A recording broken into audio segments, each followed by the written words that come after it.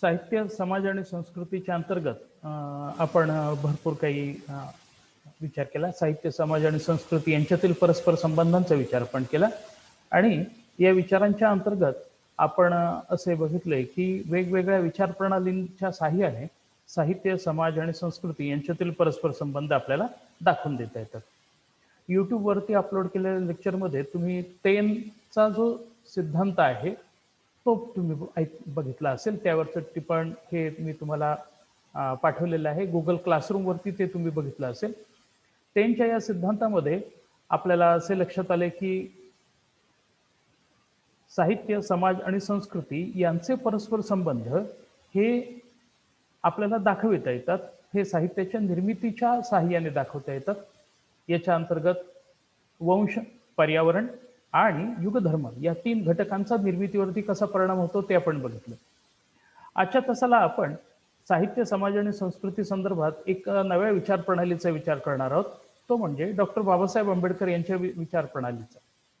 Doctor Babasaheb आंबेडकरांचा विचार आज आपल्याला आणखीन समजून घेण्यामध्ये औचित्य असे आहे की आज संविधान दिन आहे आणि या संविधान दिनाच्या निमित्ताने आपल्याला हे समजून घेणे अगदी उचित असे ठरेल. डॉक्टर आंबेडकरांचे नाव तुम्हाला सगळ्यांना माहिती आहे. डॉक्टर आंबेडकर हे भारतीय समाज सुधारणेच्या इतिहासातले आणि भारतीय समाजाच्या पुनर्रचनेच्या इतिहासामधलं एक अत्यंत महत्त्वाचं मौल्यवान असं नाव आहे. डॉक्टर आंबेडकरांचे विचार तुम्हाला माहितीच आहे, परंतु येथे आपल्याला त्यांच्या सर्व विचारांचा आढावा न घेता आपल्याला त्यांच्या समाज आणि संस्कृतीशी संबंधित तसेच साहित्याशी संबंधित अशा विचारांचा आढावा आपल्याला घ्यायचा आहे. वेगवेगळ्या विचार प्रणालीचे लोक, त्यांच्या विचार प्रणालींचा परिणाम हा समग्र समाजावर जसा होतो तसं संस्कृतीवरती देखील होतो. हा संस्कृतीवरती झालेला परिणाम आपल्याला दिसून येतो. जे युगप्रवर्तक माणसे आहेत त्या माणसांनी मांडलेल्या विचार प्रणालींचा त्यांनी प्रत्यक्ष साहित्य जरी निर्माण केलेलं नसले तरी सुद्धा त्या कालखंडामध्ये आणि नंतरच्या कालखंडामध्ये निर्माण झालेल्या साहित्यावरती प्रचंड परिणाम झालेला आहे असे आपल्याला दिसून येते. डॉक्टर आंबेडकरांच्याही बाबतीमध्ये आपल्याला हेच म्हणता येईल. डॉक्टर आंबेडकरांचे विचार हे आणि त्यातून निर्माण झालेली काही एक विशिष्ट विचार प्रणाली ही त्या साहित्यावरती परिणाम घडवून आणणारी आहे. अगदी आपल्याला पाहायचे झाल्यास महाराष्ट्रातील जे परिवर्तनवादी आणि परिवर्तनाचा विचार मानणारे जे वेगवेगळे साहित्य प्रवाह आहेत, या साहित्य प्रवाहांवरती डॉक्टर आंबेडकरांच्या विचारांचा परिणाम झालेला असल्याचे आपल्याला दिसून येते. डॉक्टर आंबेडकरांच्या विचारांची काही एक सूत्र जर आपण बघितली तर ही सूत्र आपल्याला काही वैशिष्ट्यांनुसार सांगता येतात. डॉक्टर आंबेडकरांच्या विचारांमध्ये त्यांच्या कृतींचा आणि त्यांनी केलेल्या जात निर्मूलन आणि समाज परिवर्तनाच्या प्रयत्नांचा एक महत्त्वपूर्ण असा वाटा आहे. आंबेडकरांच्या विचारांचा एक सूत्र रूपाने आपण विचार करायचा ठरला तर तो आपल्याला पुढील प्रमाणे सांगता येतो. डॉक्टर आंबेडकर यांचे विचार हे अनिश्वरवादी, लोकशाही प्रणाली मानणारे आणि परिवर्तनावर विश्वास ठेवणारे असे विचार होते. आता या विचारांचा टप्पा हा भारतीय साहित्यावरती महत्वाचा प्रभाव टाकणारा ठरला. महाराष्ट्राच्या पुरता विचार करायचा झाल्यास मराठीतील परिवर्तनवादी आणि जात व्यवस्था नाकारणारे असे जे सर्व साहित्य आहे त्या साहित्यावरती डॉक्टर आंबेडकरांच्या विचारांचा मोठा परिणाम झालेला असल्याचे आपल्याला दिसून येते. डॉक्टर आंबेडकरांच्या कार्यकर्तृत्वाचा आपण आढावा जर घेतला तर तो आपल्याला 2 टप्प्यामध्ये मांडता येतो. पहिल्या टप्प्यामध्ये त्यांनी हिंदू धर्मव्यवस्थेच्या अंतर्गत पुनर्रचनेचा आणि सुधारणांचा प्रयत्न केला आणि दुसऱ्या टप्प्यावरती त्यांनी धर्म परिवर्तन करून हिंदू जीवन पद्धतीला आणि विचारसरणीला त्यातील असलेल्या विषमतेच्या तत्वाला दूर करून स्वतंत्र मानव्यावरती आधारित असलेले विचार मांडण्याचा प्रयत्न केला. डॉक्टर आंबेडकरांचे विचार समजून घेण्याच्या करिता आपल्याला भारतीय समाज व्यवस्थेमध्ये असलेली वर्ण व्यवस्था आणि जाती व्यवस्था तिचे स्वरूप समजावून घेणे गरजेचे आहे. भारतीय वर्ण व्यवस्थेमध्ये, समाजातील वर्ण व्यवस्थेमध्ये ब्राह्मण, क्षत्रिय, वैश्य आणि शूद्र अशा 4 वर्णांमध्ये या वर्ण व्यवस्थेची मांडणी आपल्याला करता येते. ही वर्ण व्यवस्था कर्मावर आधारित नसून ती जन्मावर आधारित ठेवल्यामुळे त्यामुळे त्या विषमतेच्या तत्वांचा, विषमतेच्या अनेक गोष्टींचा समावेश झाला. डॉक्टर आंबेडकरांनी सांगितल्याप्रमाणे जात व्यवस्था ही एका उतरंडीप्रमाणे आणि सर्व समाजामध्ये, भारतीय समाज व्यवस्थेमध्ये असणारी शोषणाचा पाया असणारी ही गोष्ट आहे. भारतीय समाज व्यवस्थेमध्ये असलेलं शोषणाचे स्वरूप सांगताना डॉक्टर आंबेडकरांनी या जात व्यवस्थेमध्ये असलेले शोषणाचे मानसिक, शारीरिक आणि आर्थिक शोषणाचे स्वरूप त्यांनी समजावून सांगितले.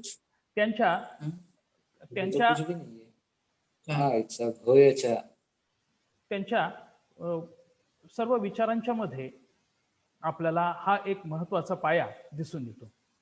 डॉक्टर आंबेडकरांनी जे विचारांचे सूत्र, डॉक्टर आंबेडकरांच्या विचारांचे सूत्र आपल्याला या 2 टप्प्यांवरती समजून घेता येते. या पहिल्या टप्प्यामध्ये आपण असे बघितले की हिंदू धर्मव्यवस्थेच्या अंतर्गत असलेल्या या विषमतेच्या तत्वावरती बोट ठेवून या व्यवस्थेमध्ये सुधारणा करण्याचा प्रयत्न त्यांनी केला. परंतु यामध्ये असलेल्या अनंत अडचणी, यामध्ये असलेल्या काही जाती गटांचा आणि समाज गटांचा असलेला अडमुठेपणा, यातून डॉक्टर आंबेडकरांनी आपल्या विचारांचे सूत्र आणखीन वेगळ्या दिशेने नेले. डॉक्टर आंबेडकरांच्या विचारांमधला एक सगळ्यात महत्वाचा भाग असा की त्यांनी आपल्या विचाराचा पाया हा धर्मव्यवस्थेमध्ये असलेल्या शोषणाच्या तत्वावरती अधोरेखित करणारा ठेवला. डॉक्टर आंबेडकरांचे अनेक विचार, मग ते आर्थिक क्षेत्र असतील, राजकीय क्षेत्रातले असतील, धार्मिक किंवा इतर कोणत्याही क्षेत्रातले असतील, तर त्या सर्व विचारांचा आढावा आपल्याला येथे घ्यायचा नाहीये. आपल्याला फक्त डॉक्टर आंबेडकरांच्या विचारांचा मराठी साहित्यावर झालेला परिणाम इतकेच नव्हे तर भारतीय साहित्यावरती झालेला परिणाम हा आपल्याला बघायचा आहे. हे बघत असताना डॉक्टर आंबेडकरांच्या विचारामधले परिवर्तनाचे सूत्र आपण पहिल्यांदा लक्षात घेऊ. डॉक्टर आंबेडकरांनी एकूण समाज व्यवस्था, त्या समाज मध्ये असलेली शोषणाची व्यवस्था याचे रूप दाखवले आणि या शोषणाच्या व्यवस्थेमध्ये परिवर्तन करण्याची आवश्यकता त्यांनी प्रतिपादित केली. ही परिवर्तनाची प्रक्रिया ही एकट्या दुकट्याची किंवा एका विशिष्ट व्यक्तीची परिवर्तनाची प्रक्रिया नसून समग्र सामाजिक परिवर्तनाच्या प्रक्रियेमध्ये वेगवेगळ्या दुबळ्या वंचितांचा परिवर्तन, वंचितांच्या एकूण व्यवस्थेमधील स्थानामधलं परिवर्तन त्यांना अपेक्षित होतं. हिंदू धर्म व्यवस्थेचे स्वरूप जर आपण बघितले तर त्यात आपल्याला असे लक्षात येते की या वर्ण व्यवस्थेच्या अंतर्गत असलेली जाती व्यवस्था ही कडेकोट बंदोबस्त असलेल्या स्वरूपाची आहे.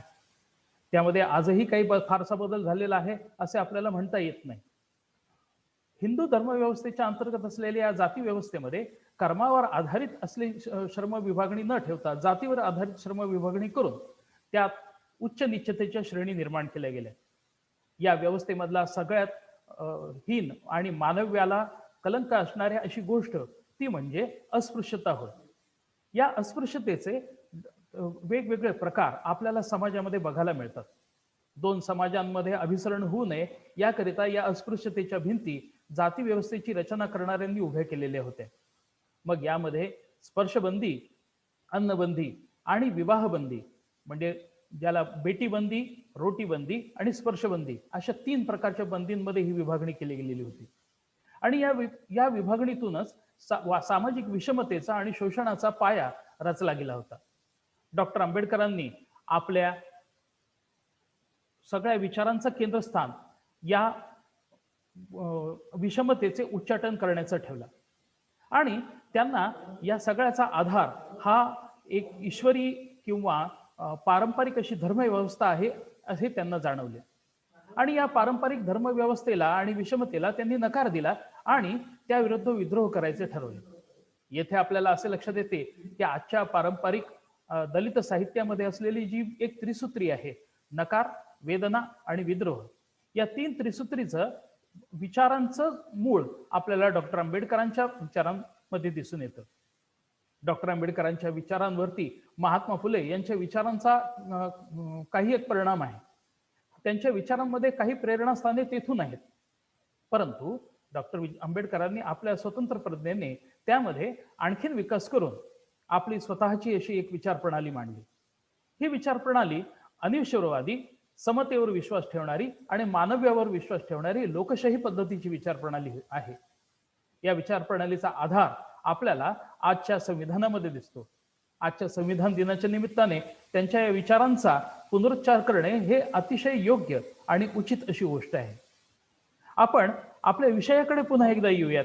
या विषयामध्ये आपल्याला असे म्हणता येते की या 3 प्रमुख अशा विचारांचा म्हणजे नकार, वेदना आणि विद्रोह या 2-3 प्रमुख विचारांचा पाया घेऊन आजचे मराठी दलित साहित्य पुढे गेलेले असल्याचे आपल्याला दिसून येते.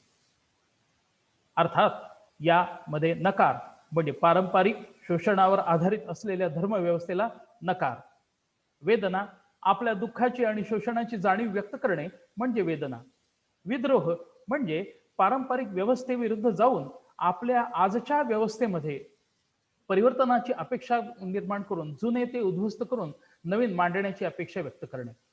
आणि या नवीन मांडण्याचा पाया हा मानव्यावर आधारित असला पाहिजे ही ठाम भूमिका महात्मा फुले यांच्याप्रमाणेच डॉक्टर आंबेडकर यांची होती.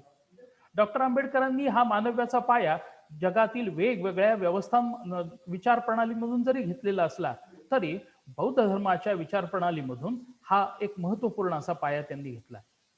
या समतेच्या तत्वावरती आधारित असलेल्या विचार प्रणालीमध्ये न केवळ जातींच्या अंतर्गत समानतेचे समतेचे तत्व अधोरेखित केले गेलेले आहे, तर त्याचबरोबर स्त्री आणि पुरुष यांच्यातील समतेची मधील अपरिहार्यता देखील यामध्ये अंतर्भूत केली गेलेली आहे, त्याची मांडणी केली गेलेली आहे.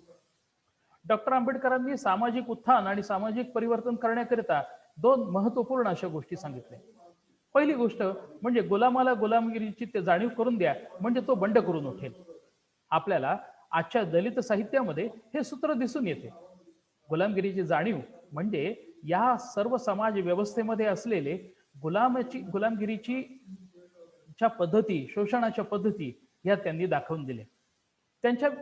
त्यांचे महत्वाचे दुसरे सूत्र असे की त्यांनी या आहे त्या परिस्थितीचा स्वीकार करण्याऐवजी त्यामध्ये असलेल्या परिवर्तनाचा सूत्र त्यांनी मांडलं. आता आपल्याला आजचे दलित साहित्यच नव्हे तर एक स्त्रीवादी साहित्य जरी बघायचे जर ठरले तर त्याचा पाया या शोषणाच्या व्यवस्थेविरुद्ध केलेला प्रतिकार आणि सामाजिक परिवर्तनाची अपेक्षा हे आपल्याला दिसते. येथे आपल्याला एक महत्वाची गोष्ट लक्षात येते ती अशी की या सर्व साहित्य व्यवस्थांचा पाया, या सर्व साहित्याचा पाया ही सामाजिक व्यवस्था आणि सांस्कृतिक व्यवस्था ही आहे. अर्थात सामाजिक व्यवस्था आणि सांस्कृतिक व्यवस्था यांचा आहे त्या पद्धतीने स्वीकार करणे येथे आपल्याला दिसून येत नाही. तर आपल्याला या सामाजिक व्यवस्था आणि या सांस्कृतिक व्यवस्थांविरुद्ध विद्रोह करून त्यातील परिवर्तनाचे सूत्र आपल्याला सामग्रीने दिसून येते. हे आपल्याला आजच्या दलित साहित्य आणि स्त्रीवादी साहित्य यासारख्या साहित्यामध्ये देखील दिसून येते. डॉक्टर आंबेडकरांच्या विचारांचा थेटपणे पुनरुच्चार न करता त्यातील परिवर्तनाचे सूत्र घेऊन जे आजचे साहित्य निर्माण झाले ते आपल्याला लक्षात घ्यावे लागते. डॉक्टर आंबेडकरांच्या विचारांचा समग्र आढावा आपल्याला पुढील सत्रामध्ये घ्यायचाच आहे. पुढील सत्रामध्ये दलित साहित्य आणि दलित साहित्याच्या करता असलेल्या ज्या वेगवेगळ्या प्रेरणा आहेत त्याचा विचार आपल्याला तेथे करायचाच आहे. येथे आज या निमित्ताने आपण डॉक्टर आंबेडकरांच्या विचारांचा आढावा आपण घेतला. काही सूत्र रूपाने आपण हे पुन्हा एकदा बघूयात.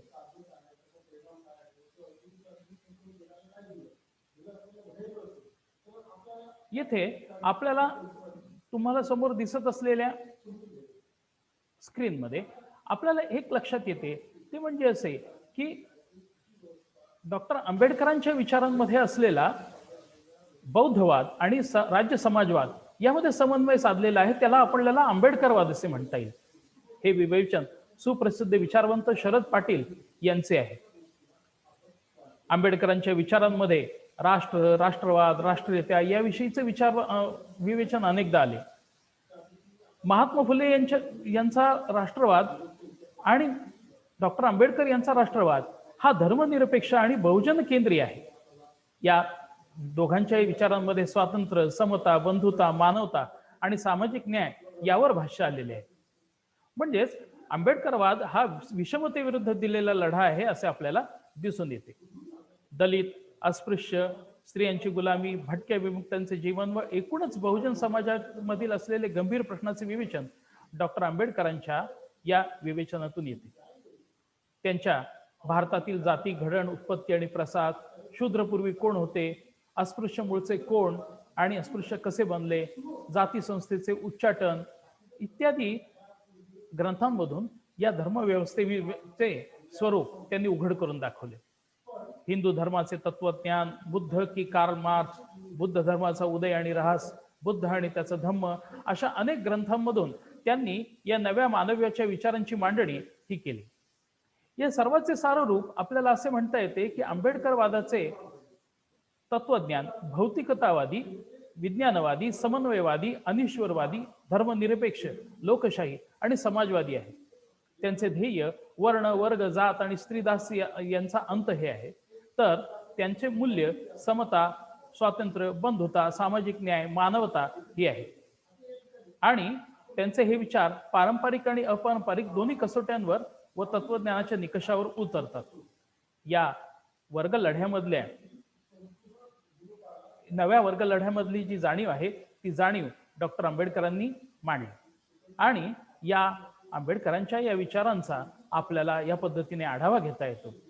आंबेडकरांच्या विचारांचे मराठी साहित्यात असलेले रूप आपल्याला दिसून येते. तर डॉक्टर आंबेडकरांच्या विचारांबद्दलचं हे विवेचन आपल्याला दलित साहित्य यामध्येही आपल्याला आणखीन पाहायचे आहे. याबद्दलच्या टिपणे ही तुम्हाला मिळणार आहेच.